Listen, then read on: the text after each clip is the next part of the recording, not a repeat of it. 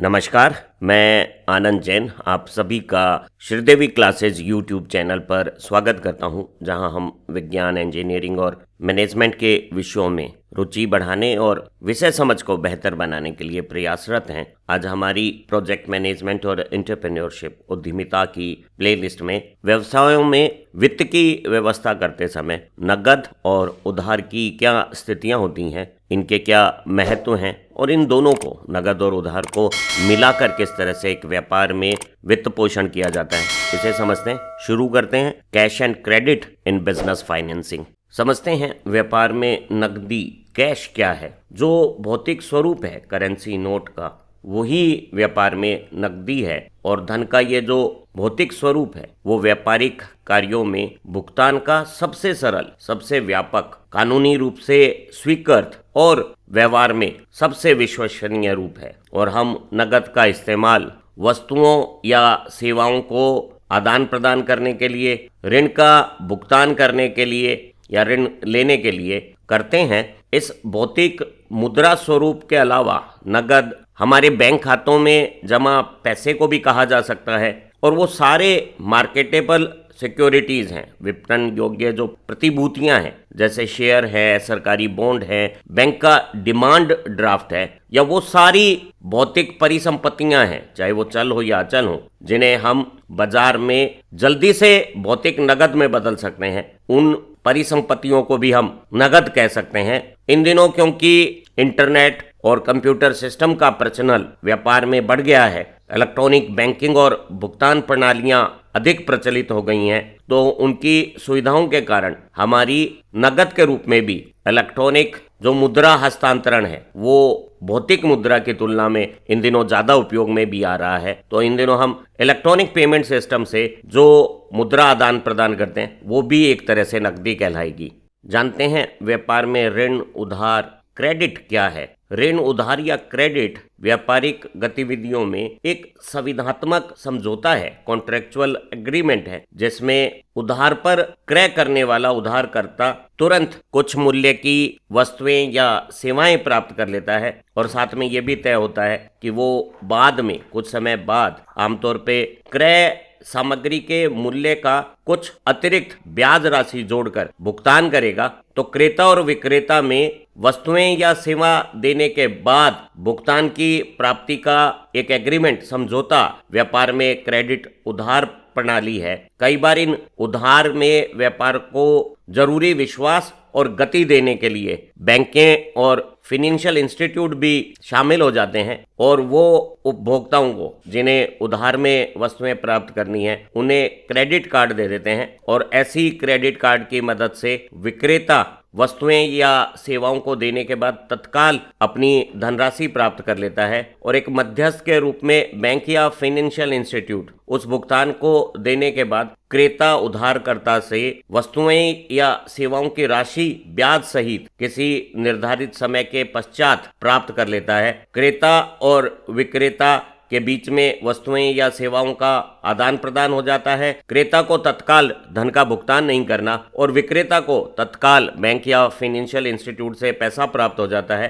क्रेता उधारकर्ता बाद में ब्याज सहित उस राशि को बैंक या फाइनेंशियल इंस्टीट्यूट को दे सकता है। इस तरह से क्रेडिट कार्ड की अवधारणा से व्यापार में ऋण या उधार वित्त पोषण के रूप में कार्य करता है। नकद और उधार ऋण व्यापार में धन या मुद्रा आदान प्रदान के दो मूलभूत घटक हैं, जो व्यवसाय या व्यापारों के संचालन और वित्त पोषण में बहुत महत्वपूर्ण भूमिका मिलकर निभाते हैं। जहां नकदी व्यापार में तरलता, लचीलापन प्रदान करती है, लिक्विडिटी प्रदान करती है, और तत्काल किसी भी व्यावसायिक गतिविधि के लिए एक विश्वसनीय क्रय शक्ति प्रदान करती है। वहीं ऋण या उधार नकदी की जो सीमित मात्रा होती है उसकी सीमा से परे किसी भी सामग्री या सेवा की खरीदारी या कहीं लाभांश की इच्छा में निवेश करने की क्षमता को विस्तार देता है। नकदी की एक सीमा है, जबकि उधार को हम व्यवसाय की आवश्यकता अनुसार बढ़ा सकते हैं। सभी व्यवसायों को अपने संचालन, सभी प्रकार के भुगतान, भविष्य में लाभांश प्राप्त करने की इच्छा में किए जाने वाले निवेश और व्यापार में वित्तीय स्थिरता को प्रभावी ढंग से चलाने के लिए नकदी और उधार के बीच में क्या परस्पर क्रिया है, इन दोनों का किस तरह से मिला जुला उपयोग किया जाता है, इसे समझना बेहद जरूरी है। समझते हैं व्यापार या व्यवसाय में नकदी कैश की क्या भूमिका है। नकदी की एक भूमिका तरलता, लिक्विडिटी है, लचीलापन है व्यापार करने में। नकदी किसी भी व्यवसाय की जीवन रेखा मानी जा सकती है जो दिन प्रतिदिन रोजमर्रा के कार्यों के लिए भुगतान में तरलता, लचीलापन, फ्लेक्सिबिलिटी, लिक्विडिटी प्रदान करती है। तरलता से हम जो शॉर्ट टर्म लाइबिलिटीज होती है, अल्पकालीन जो व्यापार के दायित्व होते हैं या सभी प्रकार की देनदारियां होती हैं, उनके भुगतान के लिए नगद धन की उपलब्धता बेहद जरूरी है। हम नगद की मदद से रोजमर्रा के कार्यों में सामग्री और सेवाओं की आपूर्तियों के भुगतान कर सकते हैं। जो कर्मचारी हैं उन्हें वेतन और भत्ते दे सकते हैं। दूसरे जो रोजाना के हमारे खर्चे हैं उनका भी भुगतान कर सकते हैं। और व्यापार में तरलता को बढ़ाने के लिए कुछ ऐसे भौतिक परिसंपत्तियां, फिजिकल असेट्स भी हमारे पास हो सकते हैं जिन्हें हम बाजार में हस्तांतरण करके बाजार से नगद राशि को प्राप्त कर सकते हैं। और ऐसे कार्य करते समय परिसंपत्ति के मूल्य भी प्रभावित नहीं होते हैं। तो ऐसी परिसंपत्तियां जो बाजार में तत्काल नगद में परिवर्तित हो जाती है, वो भी हमारी लिक्विडिटी, तरलता को बढ़ाती है।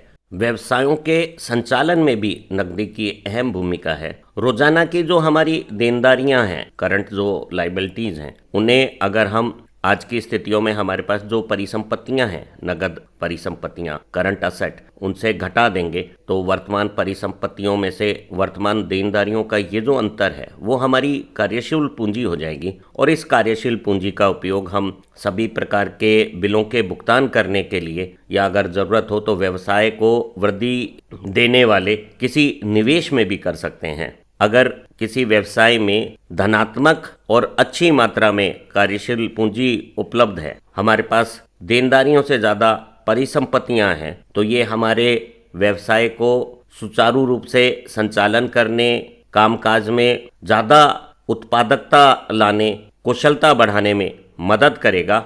और हम सभी प्रकार के भुगतानों को समय अनुसार करके हमारे व्यवसाय संचालन के वित्तीय जोखिम को भी कम कर सकते हैं। अगर किसी व्यापार में कार्यशील पूंजी ऋणात्मक हो जाती है, परिसंपत्तियों से ज़्यादा देनदारियां हो जाती हैं, नकदी उपलब्ध नहीं रहती है, तो ऐसी स्थितियों में हमें व्यापार संचालन के लिए उधार का प्रयोग करना पड़ता है। और उधार के साथ साथ उधार चुकाने और ब्याज के भी जोखिम व्यापार में शामिल हो जाते हैं।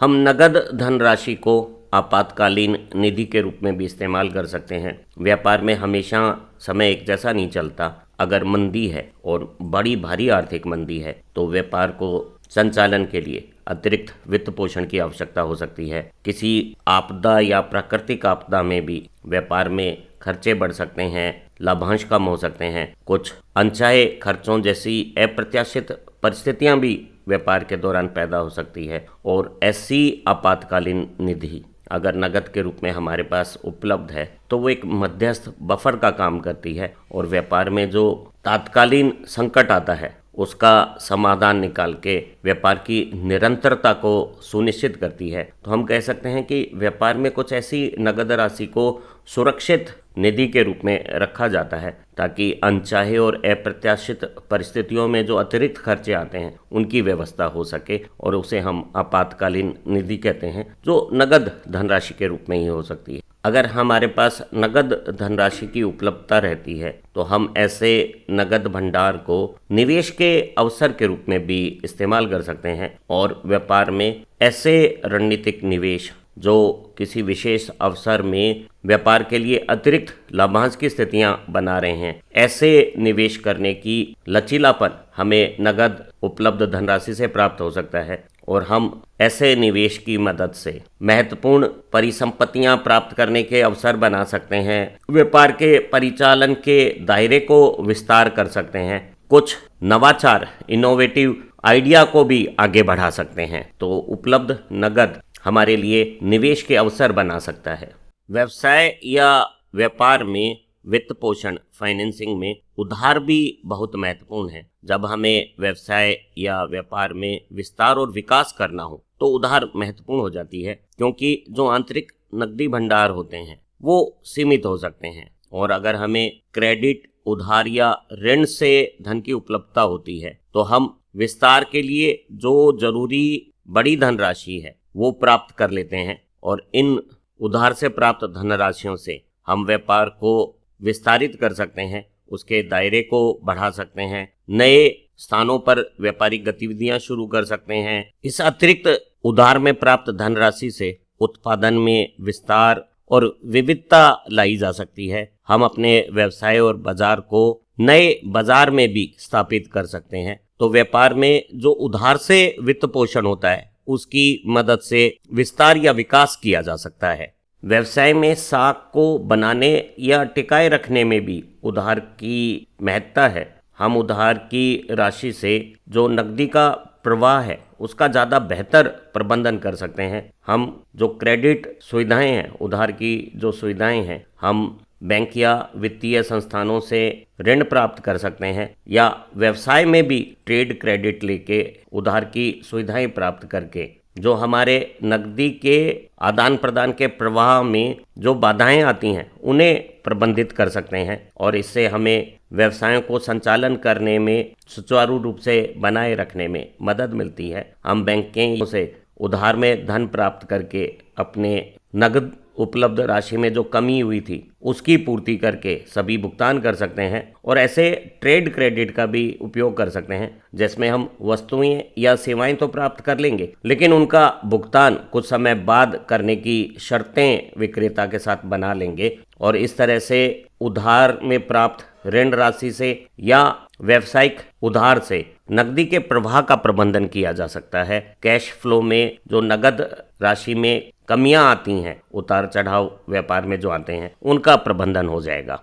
हम उधार या ऋण का प्रयोग परिसंपत्तियों, फिजिकल असेट्स में निवेश के लिए भी कर सकते हैं, और हम ऋण, उधार या क्रेडिट की मदद से किसी व्यवसाय में जो जरूरी मशीनरी है, उपकरण है, या दूसरी जो परिसंपत्तियां हैं जो दीर्घकाल तक इस्तेमाल होती हैं, उन दीर्घकालिक संपत्तियों के प्राप्ति के लिए भी जो धनराशि की आवश्यकता होती है वो उधार या ऋण से प्राप्त कर सकते हैं। और इस तरह की निवेश से हमारे व्यवसाय में उत्पादकता बढ़ सकती है। प्रतिस्पर्धा के युग में हमारे व्यवसाय को कोई बढ़त प्राप्त हो सकती है, लाभप्रद स्थितियां प्राप्त करने में हमारी मदद हो सकती है।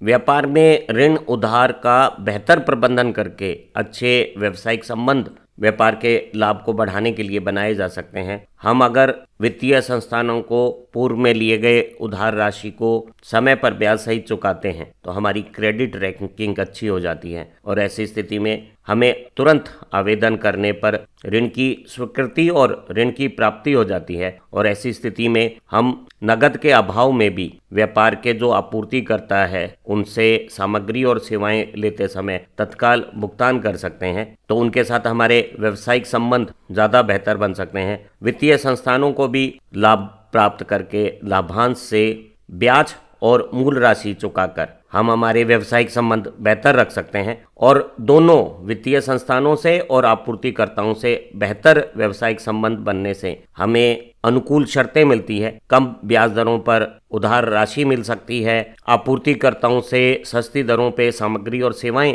प्राप्त हो सकती हैं, और इससे हमें भविष्य में ज़्यादा बड़े व्यापार करने के लिए जो वित्त पोषण की विकल्प हैं वो भी मिल जाते हैं। तो उधार के व्यापार में साख बनाए रखना, व्यावसायिक संबंधों को बनाए रखना भी बहुत महत्वपूर्ण है। उधार या ऋण की अगर व्यवस्था हो जाती है तो हम व्यापार में जो जोखिम होते हैं उनका प्रबंधन भी अच्छी तरह से कर सकते हैं। हम उधार से जो वित्त पोषण होता है, इन सहायताओं से जो हमारी नकदी के अभाव की स्थितियां पैदा होती है, नकदी के साथ अतिरिक्त धनराशि जो उधार से आई है उसकी विविधता से हमारी जो नगद राशि पर अत्यधिक निर्भरता होती है, और उससे वर्किंग कैपिटल के अभाव में जो जोखिम व्यापार को प्राप्त होते हैं उनसे पार पाने में आर्थिक अनिश्चितताओं के खिलाफ उधार की राशि से एक सुरक्षा प्राप्त हो जाती है, और हम सभी प्रकार के व्यावसायिक जोखिमों का प्रबंधन नगद के साथ उधार के सहयोग से कर सकते हैं। व्यापार में जो वित्त पोषण के दो रूप हैं, नगद और उधार, ये दोनों एक दूसरे के पूरक हैं और हर व्यवसाय में दोनों नगद और ऋण अलग अलग लगते हैं, लेकिन परस्पर जुड़े हुए हैं और हमारे व्यापारिक उद्देश्यों को मिलकर पूरा करते हैं। जहां हमें नकदी तत्काल तरलता, लिक्विडिटी के साथ वित्तीय स्थिरता प्रदान करती है, जो उधार ऋण है, क्रेडिट है, वो हमारे वित्तीय संसाधनों में विस्तार देता है, हमारे निवेश के लिए जो वित्त की आवश्यकता है उसका प्रबंधन करता है और नकदी के साथ मिलकर हमारे लचीलेपन को बढ़ाता है। और किसी भी व्यापार में हम नकदी धन और उधार दोनों को अगर प्रभावी ढंग से प्रबंधित करते हैं तो हम अपने व्यवसाय को ज़्यादा बेहतर तरीके से संचालित कर सकते हैं, सभी विकास के अवसरों का भरपूर लाभ उठा सकते हैं और जो व्यापार में उतार चढ़ाव आते हैं, उनकी जो चुनौतियां होती हैं, उनका सामना कर सकते हैं। किसी व्यापार में नकदी और उधार के बीच में परस्पर क्रियाएं कैसी हैं, उन दोनों का इंटरप्ले क्या है, इसे समझना बहुत ज़रूरी है। हम जानते हैं किसी भी व्यवसाय के संचालन में दोनों नकदी धनराशि और उधार धनराशि आवश्यक हैं और अपने अपने तरीके से दोनों एक विशिष्ट प्रकार की वित्तीय व्यवस्थाएं हैं, जहां नकदी लिक्विडिटी है, तरलता है और जो तात्कालीन धन की जरूरत होती है उसे नगद पूर्ति करता है, जबकि उधार या ऋण हमारे लिए निवेश या विस्तार के लिए जो अतिरिक्त वित्तीय संसाधन चाहिए उन्हें प्रदान करता है। और किसी व्यवसाय में नकदी और ऋण के बीच में परस्पर क्या क्रिया है, दोनों का सम्मिलित रूप से किस तरह से इस्तेमाल किया जाता है, उसे समझना जरूरी है। अगर हम निवेश या विस्तार के लिए दोनों नकदी और ऋण का योगदान देखें तो हम कह सकते हैं कि जब नकदी अपर्याप्त रहती है और हमें निवेश और विस्तार के लिए अधिक धनराशि की आवश्यकता होती है तो हम उधार की धनराशि का